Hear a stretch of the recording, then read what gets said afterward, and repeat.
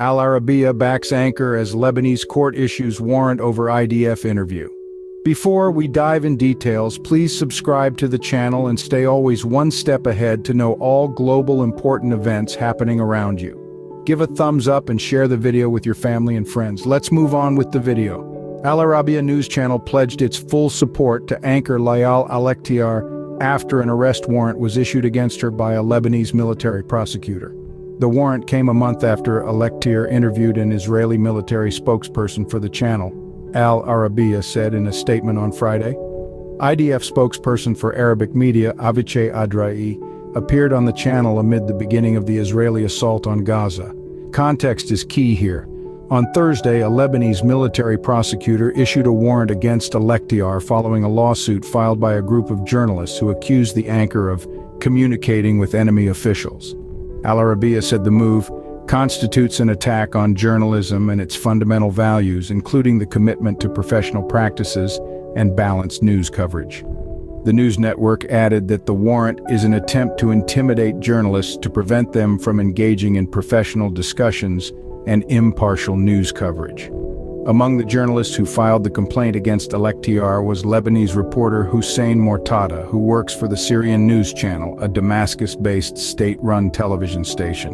The lawsuit said, attorney Ghassan Al-Mawla has filed a report before the military court against the Zionist Layal Al-Ekhtiar, who claims to be a journalist, for conducting an interview on the Hebrew channel referring to Al Arabiya with the Zionist killer Avichai Adrai.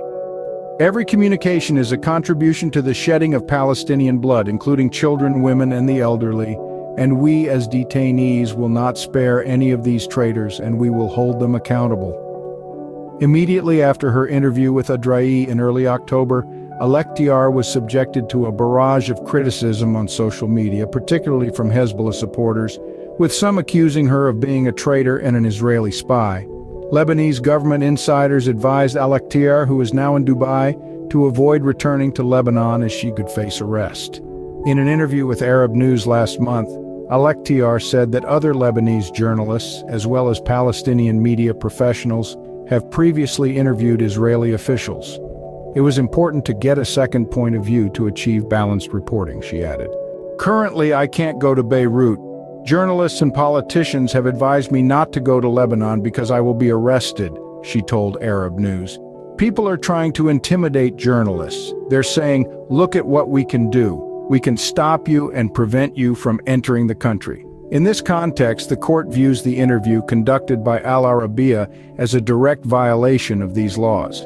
The court's decision is not just about one interview, it's an assertion of Lebanon's sovereignty and a message to both domestic and international parties about its stance towards Israel. This incident has certainly added fuel to the fire. It's not just a legal issue anymore, it's become a political hot potato, escalating tensions between the two nations. A complex situation indeed, with no easy solutions in sight.